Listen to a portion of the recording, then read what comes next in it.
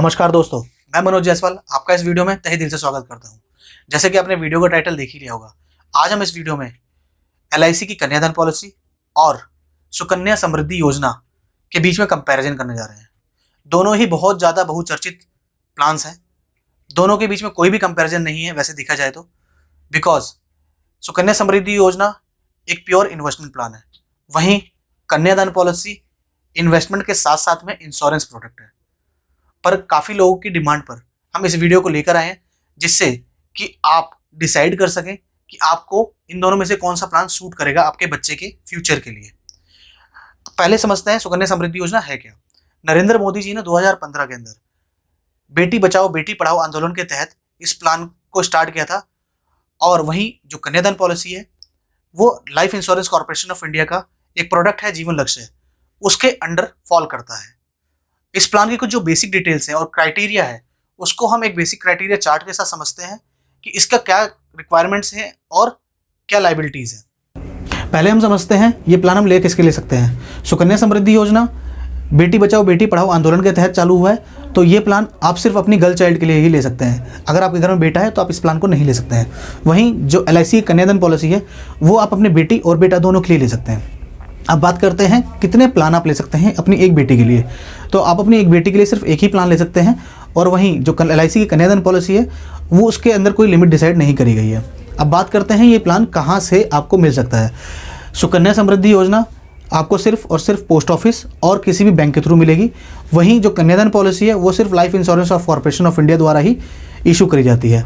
बात करें अगर हम टर्म और पीपीटी की, पीपीटी मतलब प्रीमियम पेइंग टर्म, इसका जो टर्म रखा गया है सुकन्या समृद्धि योजना का वो 21 साल रखा गया है। उसके अंदर जो प्रीमियम पे करना होगा आपको वो सिर्फ 14 साल पे करना होगा। वहीं बात करते हैं हम कन्यादान पॉलिसी की, उसके अंदर जो आपका प्रीमियम पेइंग टर्म है उसमें आपको थोड़ी सी छूट मिली हुई है कि आप जो टर्म रखा गया है मिनिमम 13 साल रखा गया है और मैक्सिमम 25 साल, वो आपको डिसाइड करना है कि आपको अपने बच्चे का विवाह कब करना है। आप चाहते हैं कि आपके यहाँ विवाह 21 साल में होता है, 22 साल में होता है, आप उसके हिसाब से डिसाइड कर सकते हैं। इसका जो प्रीमियम पेइंग टर्म है वो जितने भी आप टर्म डिसाइड करेंगे उससे 3 साल कम। फॉर एन एग्जाम्पल, आप अपने बच्चे की शादी 21 साल में करना चाहते हैं और आपका बच्चा 1 साल का है, तो आपने 21 साल का टर्म लिया तो उसमें आपको 18 साल प्रीमियम पे करना होगा और 21वें साल पूरे होते ही आपको आपके बच्चे के विवाह के लिए पैसे मिल जाएंगे। अगर हम बात करें प्रीमियम लिमिट की, तो इसमें सुकन्या समृद्धि योजना के अंदर जो प्रीमियम लिमिट रखा गया है मिनिमम ईयरली 250 रुपये और मैक्सिमम 1,50,000 रुपये साल का आप जमा कर सकते हैं। वहीं अगर हम बात करें कन्यादान पॉलिसी के अंदर ऐसी कोई लिमिट डिफाइन नहीं करी गई है, बट हाँ इसके अंदर जो है सम एश्योर्ड डिसाइड करा गया है कि मिनिमम 1,00,000 रुपये का सम एश्योर्ड है और मैक्सिमम के अंदर कोई लिमिट नहीं दी गई है। अगर आपका बजट अलाउ करता है कि आप मंथली या ईयरली 10 लाख रुपये जमा करना चाहते हैं तो कर सकते हैं। It depend on your budget only. अब आइए बात करते हैं लोन और सरेंडर की। तो लोन और सरेंडर की फैसिलिटी सुकन्या समृद्धि योजना के अंदर नहीं दी गई है, और वहीं कन्यादान पॉलिसी के अंदर आखिर 2 साल के बाद आपको लोन और सरेंडर की फैसिलिटी मिल जाती है। बात करें लिक्विडिटी की, तो लिक्विडिटी एक बहुत मेजर पॉइंट प्ले करता है सुकन्या समृद्धि की योजना के अंदर। जैसे ही बच्चा 18 साल पार करता है तो उसके बाद जितना आपने प्रीमियम पे कर रखा है, मतलब प्रिंसिपल अमाउंट प्लस जो आपको इंटरेस्ट आपने अर्न करा है, उसका 50% आपको मिल जाता है उसकी शादी के लिए, उसकी पढ़ाई लिखाई के लिए। वहीं अगर मैं बात करूं कन्यादान पॉलिसी के अंदर, जितना भी आपने प्रिंसिपल अमाउंट पे कर रखा है, जितना भी आपका अमाउंट जमा हो रखा है वहाँ पे, उसका 80% आपको लोन की तरह मिल सकता है। आइए अब बात करते हैं टैक्स बेनिफिट की। टैक्स बेनिफिट की बात करें तो जो आप प्रीमियम पे कर रहे हैं, चाहे वो सुकन्या समृद्धि हो चाहे कन्यादान पॉलिसी, उसके अंदर आपको 80C का रिबेट मिलता है अप टू 1.5 लाख रुपये। वहीं जो मैच्योरिटी मिलती है आपको, जो भी रिटर्न मिलता है सुकन्या समृद्धि योजना के थ्रू और एलआईसी की कन्यादान पॉलिसी के थ्रू, वो under section 1010D tax free होता है। बात करें अगर हम इसके अंदर इंश्योरेंस के कवरेज की, तो सुकन्या समृद्धि योजना के अंदर ब्रेड अर्नर की कोई भी इंश्योरेंस नहीं दी गई है। वहीं एलआईसी के अंदर आपके जो घर में ब्रेड अर्नर है, जो आपका प्रीमियम पे कर रहा है बच्चे का, उसका इंश्योरेंस कवरेज मिल जाता है। अब बात करें रिटर्न की कि कितने % रिटर्न मिल रहा है। जो रिटर्न मिल रहा है जो एलआईसी है, एलआईसी का जो रिटर्न है वो परसेंटेज पर डिसाइड नहीं होता है, बिकॉज एलआईसी अपने हर साल बजट में डिक्लेयर करती है कि उसका जितना भी प्रॉफिट है उसके बेस पे जो पब्लिक को बोनस डिक्लेयर कर रही है, उसी बोनस की रेट के हिसाब से उसका जो रिटर्न आता है वो 6 से 6.5% में फॉल करता है।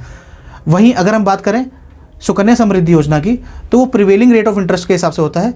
इसका मतलब ये है कि गवर्नमेंट ने इसके राइट्स अपने पास रखे हुए हैं, हर क्वार्टर वो डिसाइड करती है कि इसका रेट ऑफ इंटरेस्ट क्या रहेगा। मैं एग्जांपल के लिए समझाऊं तो जब ये सुकन्या समृद्धि योजना स्टार्ट किया गया था तब इसका जो रेट ऑफ इंटरेस्ट था 9.1%, but because of economic downfall और बहुत सारे रीजन इस समय जो करंट रेट ऑफ रिटर्न चल रहा है आफ्टर 5 ईयर्स इट इज़ 7.6%। तो ये एज्यूम नहीं किया जा सकता है कि ये पैसा जो आप लगा रहे हैं बच्चे के लिए ये गारंटेड है कि नहीं है। आइए अब इस प्लान को समझते हैं एक एग्जाम्पल के साथ। दोनों प्लान्स के अंदर हमने जो टर्म लिया है वो 21 साल ली है। Premium paying term Sukanya Samriddhi योजना के अंदर 15 साल है, वहीं कन्यादान पॉलिसी के अंदर 18 साल आएगी। जो प्रीमियम पे करना है हमको, प्रीमियम ने दोनों प्लान के अंदर एक ही रखा है जिससे कंपैरिजन सही से हो सके। 12,000 रुपये ईयरली, मतलब मंथली 1,000 रुपये।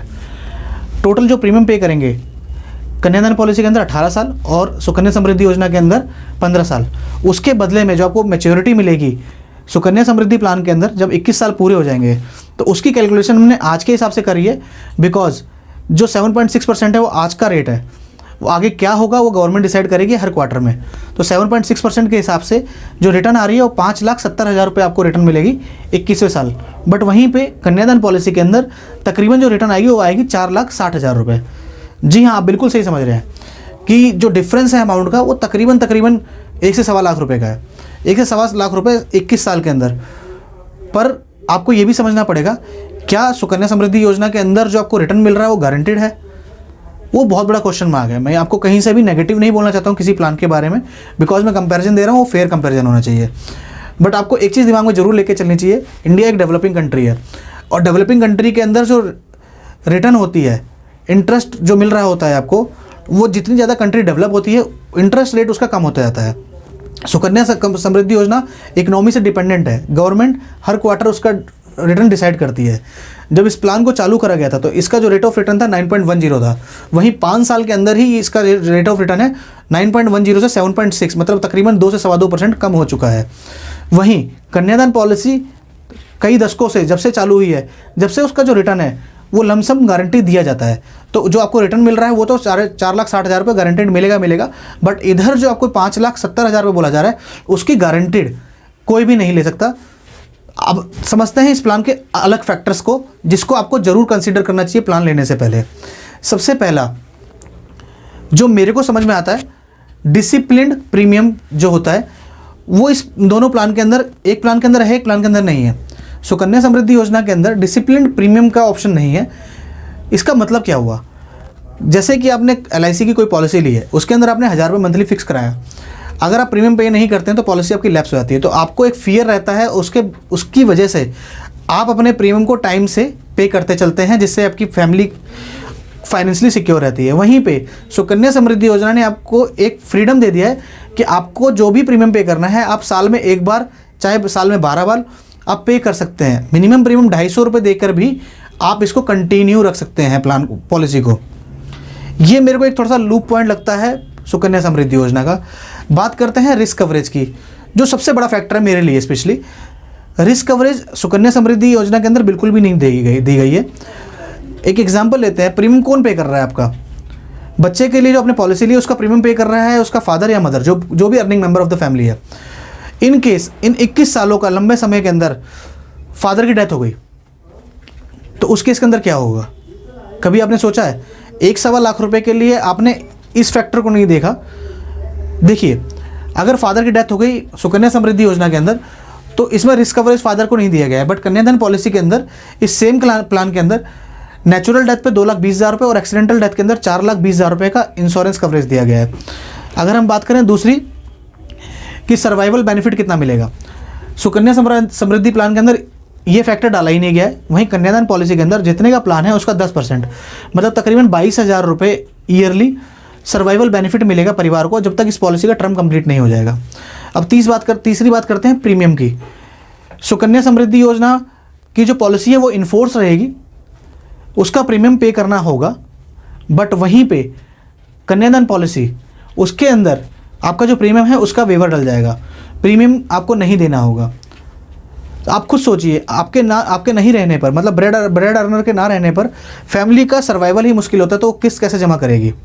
तो आपका जो सपना था बच्चे की शादी के लिए कुछ पैसा इकट्ठा करना 4 से 5 लाख रुपए, वो सपना पूरा होगा क्या?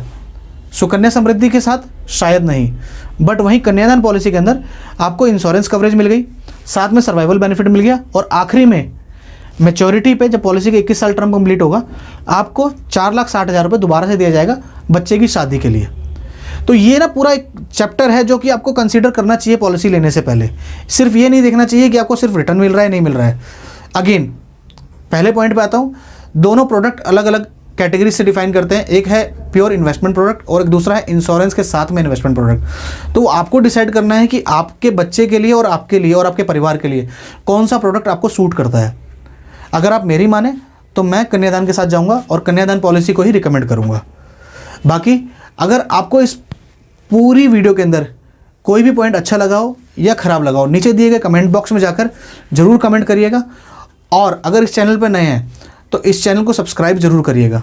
बाकी इस वीडियो को आगे अपने सभी दोस्तों के साथ और रिश्तेदारों के साथ शेयर करें, जिससे उनको भी इन दोनों प्लान के कंपैरिजन के बारे में ज़्यादा से ज़्यादा पता लग सके। बाकी पूरी वीडियो देखने के लिए आपका बहुत बहुत धन्यवाद।